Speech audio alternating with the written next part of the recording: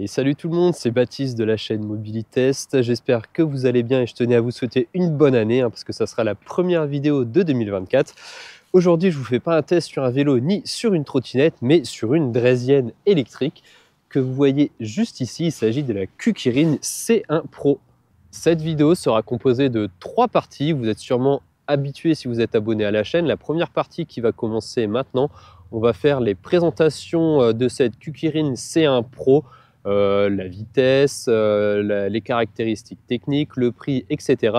La deuxième partie, on va faire un test en fonctionnement pour voir vraiment ce qu'elle a dans le ventre, ce que ça vaut dans des conditions réelles d'utilisation, test de freinage, d'accélération, de vitesse max, etc. Et en fin de vidéo, la troisième partie, on abordera les points positifs, les points négatifs s'il y en a, et une petite conclusion sur ce produit. Et voici un petit peu plus en détail ce produit, cette Kukirin C1 Pro, cette draisienne électrique avec sa grosse batterie de 25 Ah qui se trouve dans la partie basse du deck en 48 volts. Cette bestiole est propulsée par un moteur roue arrière de 500 watts en nominal qui monte jusqu'à 800 watts en crête. Niveau roue, on est sur du 14 pouces et niveau pneumatique, on est sur du pneumatique de 2,5 pouces de large, monté en pneu route. Alors sur le papier, les caractéristiques fabricants sont de 45 km/h pour la vitesse et à peu près une centaine de kilomètres d'autonomie. Forcément, comme à chaque fois, ces chiffres sont un petit peu gonflés. En réalité, je vous spoil un petit peu la vidéo, mais on est sur 40 km/h vitesse GPS pour la vitesse max.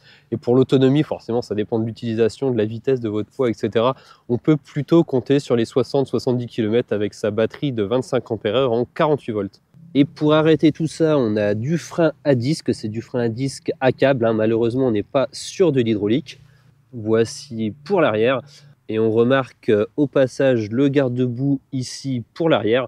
J'aurais bien aimé qu'il descende un petit peu plus sur la partie avant. Voici justement pour le garde-boue avant, c'est pareil. Il a une petite bavette en silicone, mais ça aurait été bien qu'il descende un petit peu plus loin. Et accessoire plutôt assez sympa sur cette C1 Pro, c'est le petit boîtier à l'arrière qui permet de mettre vos gants, vos clés, votre téléphone, etc. Je vais vous montrer juste après comment on l'ouvre pour voir un petit peu l'intérieur. On a une bonne partie molletonnée sur le dessus. Si jamais ça vous tente d'emmener votre pote en road trip, pas trop loin parce que je pense que ça va être très vite inconfortable. Je vous montre donc comme convenu en post-production, parce que j'avais pas les clés tout à l'heure, l'intérieur du petit boîtier. Donc voilà. Il y a quand même de la place, moi j'ai mis le manuel, mais par exemple, voilà, je vais prendre des clés, ça tient vraiment sans aucun souci. Vous voyez ma main à l'intérieur, on peut mettre très facilement des gants, un téléphone, des petits accessoires, une pompe, etc. Et j'en profite également pour rajouter le poids, parce que je vous en avais pas parlé tout à l'heure, on est sur une bestiole qui fait à peu près 34 kg sur la balance.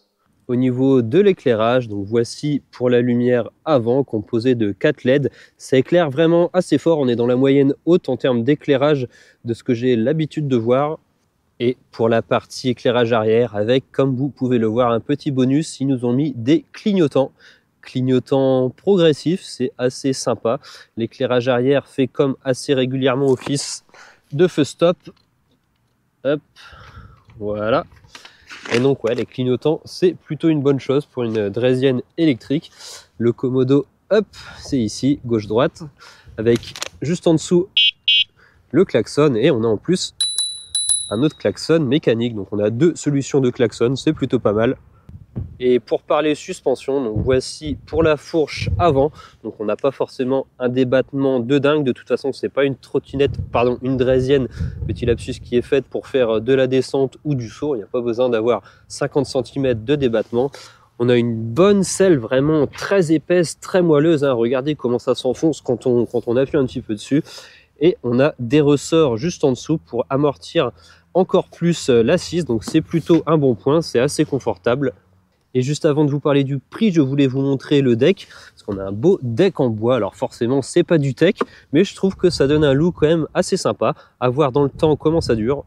Et juste avant de parler du poste de pilotage du guidon, je vais vous parler effectivement du prix. On est sur une draisienne qui est proposée à un tout petit peu moins de 700 €, exactement à 699 €, disponible via le lien que je mets dans la description et en commentaire également. Et voici donc maintenant pour la partie poste de pilotage.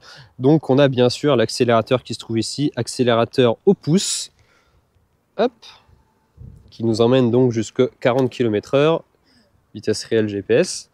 Les freins, donc comme j'ai dit tout à l'heure, on n'est pas sur de l'hydraulique, on est sur du frein à câble. Vous le verrez, ça freine quand même relativement bien. Ils nous ont mis un écran, donc c'est un écran en couleur. On a quand même des informations qui sont en couleur. C'est un écran qui est quand même assez lumineux. Vous inquiétez pas si ça clignote un petit peu à l'écran, c'est dû à la fréquence de rafraîchissement de la GoPro. Avec 3 boutons, le bouton plus, le bouton moins pour descendre ou augmenter la puissance et le bouton central pour switcher les informations ou éteindre et allumer la draisienne. Après, on n'a rien de bien particulier. Je vous ai montré tout à l'heure l'éclairage qui se trouve ici, les clignotants en dessous, le klaxon mécanique et bien sûr l'autre poignée de frein. Alors, c'est une draisienne, on pourrait potentiellement l'utiliser en mode trottinette. Pourquoi? C'est un petit peu compliqué parce que même si on monte le guidon en position haute maxi, comme je fais actuellement, et ben même en position haute, et même pour moi qui ne suis pas non plus très grand, je fais 1m75, et quand je me mets debout sur la trottinette, et ben j'ai le guidon qui est vraiment trop bas, donc c'est un petit peu dangereux, et en plus ça a tendance à fléchir un petit peu au niveau du tube, vu qu'on est vraiment en position maxi en haut. Donc voilà, c'est pas impossible. Après, je pense que c'est surtout un produit qui a été conçu et pensé pour une utilisation draisienne et non comme une utilisation trottinette. Et on va d'ailleurs maintenant aborder la deuxième partie de la vidéo, à savoir le test en fonctionnement. Donc moi, je ne l'ai pas du tout utilisé comme une trottinette, ce test en fonctionnement. Je l'ai utilisé vraiment en mode draisienne. Donc on va voir ce que ça donne, test d'accélération, de freinage, de maniabilité.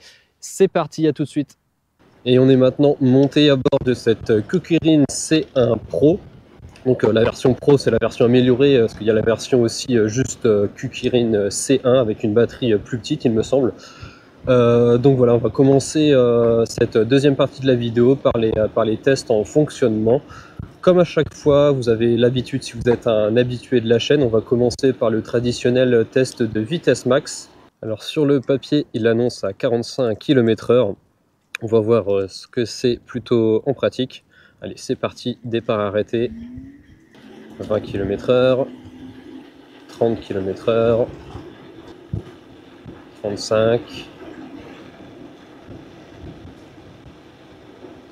39, 38, 39, allez un petit 40, hop, voilà, c'est redescendu, on va dire 40, ça montera pas plus, donc on est sur 40 km/h, vitesse GPS, comme à chaque fois, les specs sont très légèrement gonflés par les fabricants qui nous annoncent à 45, après c'est de coutume, donc voilà, 40 km/h pour la vitesse max de cette Kukirin C1 Pro. Ce qui est déjà pas mal pour ce type d'engin, parce que je vous avoue que je ne serais pas forcément très serein d'atteindre les 60 km/h sur une machine assis comme ça, parce qu'en plus on ne peut pas s'en servir comme une trottinette, étant donné que le guidon, même en position maximum haute, eh ben, il est au final trop bas quand on est debout sur le deck. Donc il faut vraiment s'en servir comme une draisienne, c'est pas une trottinette hybride, c'est vraiment une draisienne, ou alors une trottinette pour les nains, ça dépend. Allez, on va tester maintenant un petit peu le freinage de cette C1 Pro. Donc on n'est pas sur de l'hydraulique à mon grand regret. On est sur du frein à disque mais à câble. On va voir ce que ça donne. Je vais essayer de me caler aux 40 km/h et je vais essayer de m'arrêter le plus rapidement possible sans me viander. Ça serait pas mal. Allez, 37. Je pense qu'on fera pas beaucoup mieux étant donné que j'ai usé un petit peu la batterie, on n'ira pas aux 40, donc on va rester à 37, allez c'est parti. Ça freine quand même relativement bien, après j'étais obligé de faire attention quand même parce que c'est un petit peu mouillé par terre, je connais pas encore hyper bien le produit. Bon, on sent que c'est pas de l'hydraulique mais ça fait le boulot. Freinage on va dire dans la moyenne, pas de surprise, du moins pas de mauvaise surprise. Pour ce qui est de la partie maniabilité maintenant de cette draisienne, donc c'est, je dois dire, assez confortable. On est sur des roues de 14 pouces, c'est quand même plus gros que des trottinettes traditionnelles, sauf pour les plus grosses. On a des monstres qui arrivent quand même à 14 pouces, mais c'est pas du tout la même chose. C'est pas des trottinettes utilisation draisienne, c'est vraiment des trottinettes. Et ouais, donc en moyenne, quand on a des trottinettes de 10 ou de 11 pouces avec un siège en option, c'est vraiment assez casse-gueule. Or, sur celle-ci, c'est quand même une trottinette qui est pensée pour l'utilisation draisienne. Utilisation draisienne exclusive de toute façon, comme j'ai dit tout à l'heure, en utilisation trottinette, c'est vraiment un petit peu chaud au vu de la hauteur du guidon. Et avec ces grandes roues, eh ben, c'est assez stable. On n'est pas aussi stable que sur un vélo avec du 20 pouces, forcément, vu que les roues sont quand même un peu plus petites. Mais c'est tout de même assez satisfaisant pour l'utilisation en tant que draisienne. Vous voyez, hein, je peux quand même prendre des petits virages, pencher à gauche et à droite sans trop de soucis. C'est assez maniable. On a un guidon qui est quand même assez grand. C'est pas un guidon qui fait non plus 720 mm, mais c'est un guidon qui est quand même assez grand. Je ne sais pas combien il fait exactement. Donc voilà, j'incline la caméra pour que vous voyez un petit peu comment je positionne mes pieds sur le deck. Vous voyez que ça passe sans souci, les pieds les uns à côté des autres. Donc voilà, deck quand même assez grand, on a de la place. Deck en bois, je le rappelle, ça donne un petit côté sympa. Allez, on sort un petit peu du bitume maintenant, on va rouler un petit peu sur ce chemin blanc. Chemin blanc sans grande difficulté, mais il y a quand même quelques bosses, quelques cailloux. Et puis on va rouler un petit peu sur l'herbe à côté pour voir ce que ça donne. Surtout pour tester la suspension avant. Donc là, je suis debout. Bon, forcément, si je mets tout mon poids à l'avant, j'arrive en butée. On n'a pas non plus un débattement de dingue. Après, c'est pas une trottinette pour faire du franchissement. Fait quand même le job. On n'a pas non plus énormément de secousses. Voilà, rien de particulier. Je vais essayer de rouler un petit peu sur l'herbe à côté. Je vais baisser un peu la vitesse par contre.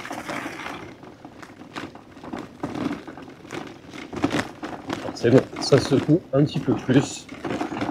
Mais ça y va tout de même. Donc voilà, c'est des chemins qui ne poseront pas de soucis à la trottinette si vous avez besoin d'en emprunter. Enfin, de la trottinette, petit lapsus, c'est pas une trottinette, c'est une draisienne. Allez, on va essayer de monter le trottoir, pas à pleine vitesse forcément, sinon on va tout exploser. On sent la suspension avant qui se comprime. Et ben rien de particulier, ça fait le travail sans être forcément exceptionnel, mais ça fait le travail. Donc allez, on va tester maintenant la vitesse sur les différents modes proposés, à savoir les 3 modes. Donc là, je me suis mis au premier mode, le mode le plus petit. Et on est à 15 km/h, 17, 18. Alors on va dire 18 pour le premier mode. Le deuxième mode, c'est parti, ça accélère un petit peu. On est sur 24-25 km/h pour le deuxième mode, et forcément sans surprise, le troisième mode, c'est le mode illimité, on va dire, qui nous emmène à la vitesse maxi de la C1 Pro, qui est de 40 km/h, je le rappelle. Et au passage, j'en profite pour vous montrer une fonction assez intéressante sur ce produit, c'est quand vous maintenez l'accélérateur dans une position, peu importe la position que vous voulez d'ailleurs, au bout d'un moment, au bout de quelques secondes, quand on relâche, vous voyez, il y a l'accélérateur qui se maintient. Et c'est assez pratique, on peut plus se concentrer sur le guidon, sur le pilotage et garder les mains sur les freins sans avoir à toucher l'accélérateur. Voilà, donc là, je ne touche plus l'accélérateur, ça nous emmène tout seul. Fonctionnalité quand même assez pratique et utile, je trouve. Je trouve que c'est assez sympa à utiliser ce genre de produit. Et on va faire maintenant le test d'accélération dans la montée. Comme vous avez l'habitude pour ceux qui sont abonnés, la petite montée à ma droite jusqu'au pont, ça monte pas non plus énormément, c'est pas une côte de dingue, mais ça monte quand même un petit peu. Allez, c'est parti, enfin départ arrêté, puissance maxi, on va voir à quelle vitesse on arrive jusqu'au pont. Pour vous donner une idée sur les vélos qui vont à 45, on arrive à peu près à 40 pour les plus puissants en haut du pont. Là, je pense que vitesse max à 40, je pense que ça va nous emmener à 30 au bout, on va voir. Donc là, on est déjà à 25 km/h. Par contre, je pense pas qu'on va prendre beaucoup plus de vitesse. Voilà, on est maintenu à 25. Ah, ça en prend très légèrement. 26. 27, ouais, on grimpe très doucement, mais je pense qu'on va quand même rester à 27, voilà, 26-27. Au moins, on n'a pas perdu de vitesse. Donc 27 km/h en haut du pont. c'est pas mal. Il y a certains produits, certaines trottinettes ou certains vélos peu puissants avec une batterie en 36 volts, un petit moteur en 250 watts, etc. On perd même de la vitesse sur cette montée. Là, c'est pas le cas. On en prend même un petit peu et ça se stabilise une fois en haut. Et forcément, dans l'autre sens, hein, dans la descente, on va beaucoup plus vite. Et donc voilà, je pense qu'on a fait le tour pour ce test en fonctionnant de cette Kukirin C1 Pro. On va passer juste après à la partie points positifs, points négatifs et ma conclusion sur cette C1 Pro. Et nous voilà maintenant de retour, on va aborder maintenant les points positifs. Alors qu'est-ce que j'ai bien aimé avec cette Kukirin C1 Pro? J'ai bien aimé son autonomie, on est sur environ 60-70 km grosso modo pour cette C1 Pro, c'est plutôt pas mal. J'ai bien aimé sa vitesse et sa puissance, on n'est pas non plus sur un produit qui va à 60 km/h, mais justement ça serait un petit peu dangereux. On est tout de même à 40 km/h avec une accélération convenable, vous l'avez vu tout à l'heure, on est à peu près sur 30, une trentaine de kilomètres je crois pour le test d'accélération en montée. Ça n'a pas perdu de vitesse, ça en a même pris un tout petit peu. C'est quand même assez agréable à conduire avec ses roues de 14 pouces, on est quand même un peu plus gros que sur des trottinettes traditionnelles. En plus, on a un confort qui est plutôt pas mal avec sa suspension avant, sa grosse selle et ses ressorts sous la selle.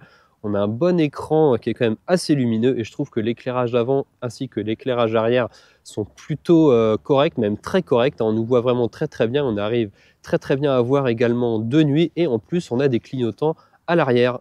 Pour les points négatifs, il n'y en a pas énormément. J'aurais bien aimé avoir des freins hydrauliques sur ce genre de produit. Je trouve que c'est vraiment primordial, les freins hydrauliques, à partir du moment où on est sur un vélo, une trottinette ou une draisienne électrique. Il faut quand même un freinage de qualité. Et autre point négatif, j'aurais bien aimé avoir une utilisation trottinette un peu plus adapté, c'est-à-dire que le guidon puisse monter un tout petit peu plus haut. C'est pas grand-chose, c'est juste là. Et puis ici aussi, ça aurait été bien quand même que le guidon ne fléchisse pas une fois qu'il soit en position haute. Juste si on l'utilise en tant que trottinette. Bien sûr, si on l'utilise en tant que draisienne, le guidon est en position quasiment mini et il est quand même vraiment bien rigide. Mais donc voilà, ça aurait été bien d'utiliser quand même ce produit en mode trottinette électrique, ou alors on peut, mais il faut vraiment être un nain. Pour conclure sur ce produit, je trouve que c'est un produit au bon rapport qualité-prix, bonne vitesse, bonne accélération, même si forcément c'est pas un monstre, hein, ça monte pas des vitesses de dingue, mais c'est pas non plus le but de ce produit. C'est quand même assez confort à utiliser, on a les fesses qui sont bien posées, bien amorties. Non, franchement, cette C1 Pro, je la trouve pas trop mal pour 700 €. C'est un produit que je recommande. Et on est maintenant à la fin de la vidéo. Je vous dis à bientôt pour un prochain test. Surtout, n'hésitez pas à vous abonner, à me poser vos questions en commentaire. Et à bientôt. Salut!